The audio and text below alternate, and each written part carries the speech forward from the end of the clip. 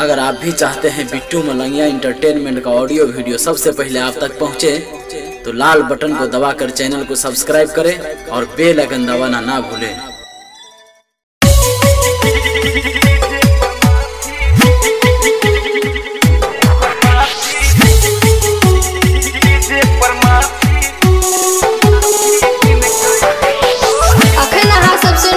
Bittu Malangia entertainment के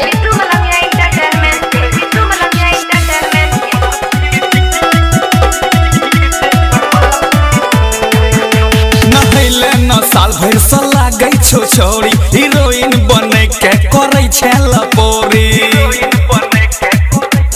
हे गई नहैले न साल भर से लागै छौ छोरी, हीरोइन बने के करै छै लपोरी। देह घिनिर घिन घिन कै छौ, एक देह घिनिर घिन घिन कै छौ। चीजे पर माछी भिन कै छौ, चीजे पर माछी भिन कै छौ। हे गे चीजे पर माछी भिन कै छौ, चीजे पर माछी भिन कै छौ। डीजे बिट्टू मलंगिया मधुबनी।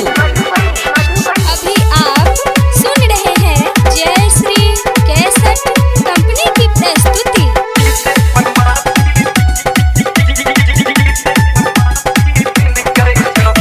पानी के लागै छौ पड़ल अकाल गे, कोसिया कमला मारै छै उफान गे। हाँ पानी के लागै छौ पड़ल अकाल गे, कोसिया कमला मारै छै उफान गे। शांत कोले अपन देह के गर्मी, शांत कोले अपन देह के गर्मी। भीतर से मन तोहर छिन गई छौ, एक भीतर से मन तोहर छिन गई छौ। चीजे पर माछी भिन कै छौ, हे गे चीजे पर माछी भिन कै छौ। हे गे चीजे पर माछी भिन कै छौ, चीजे पर माछी भिन कै छौ। डीजे बिट्टू मलंगिया मधुबनी।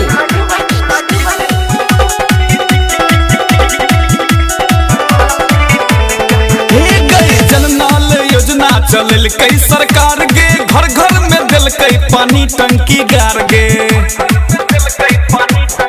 हाँ जननाल योजना चलैलकै सरकार गे, घर घर में देलकै पानी टंकी गार गे। रगरे नहीं एते साबुन के छोरी, रगरे नहीं एते साबुन के छोरी। दुनू जुबन तोहर फल कोई छौ, हाय हाय दुनू जुबन तोहर फल कोई छौ।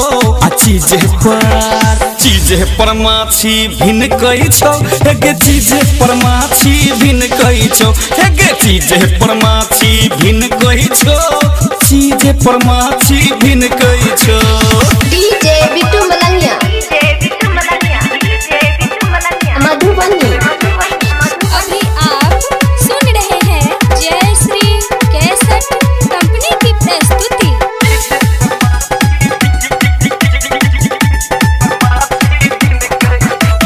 राइटर कैलाश से पीछा छोड़ा ले, अजय अजनबी के भतार बना ले। हे गई राइटर कैलाश से पीछा छोड़ा ले, अजय अजनबी के भतार बना ले।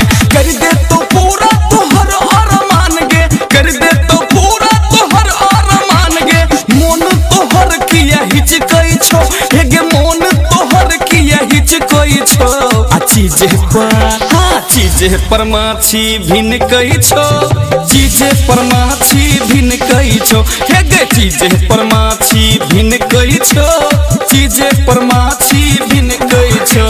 नहैले न साल भर से लागै छौ छोरी, हीरोइन बने के करै छै लपोरी। हे गे नहैले न साल भर से लागै छौ छोरी, हीरोइन बने के करै छै लपोरी।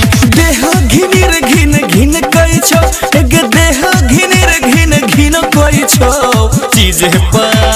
चीजे पर माछी भिन कै छौ, चीजे पर माछी भिन कै छौ। हे गे चीजे पर माछी